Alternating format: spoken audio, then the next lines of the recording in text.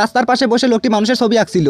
হঠাৎ তার পেন্সিলটি ভেঙে যায়। নতুন পেন্সিল খুঁজতে গিয়ে সে ব্যাগে একটা অদ্ভুত পেন্সিল পায়, যেটি সে আগে কখনোই দেখেনি। কৌতূহলবশত সে পেন্সিল দিয়ে কাগজে একটা বৃত্ত আঁকে, কিন্তু অবিশ্বাস্যভাবে সেই আঁকা বৃত্তটি মুহূর্তের মধ্যে সত্যিকারের পাথরে পরিণত হয়। এরপর সে একটি আপেলের ছবি আঁকে, সঙ্গে সঙ্গে একটি আসল আপেল তার সামনে পড়ে যায়। আপেলটি খেয়ে সে বুঝতে পারে যে এটি একদম আসল। সে দৌড়ে গিয়ে বন্ধুর কাছে গিয়ে সব ঘটনা জানায়, কিন্তু বন্ধু বিশ্বাস না করে তাকে চ্যালেঞ্জ করে বলে যে তাহলে একটা সোনার বার এঁকে দেখাও। লোকটি সোনার বার আঁকলেও এবার কিছুই হলো না। বন্ধু হাসতে হাসতে কাগজটি মুছড়ে জানালা দিয়ে বাইরে ছুড়ে দেয়। ঠিক তখনই বাড়িওয়ালার চিৎকার শোনা যায়।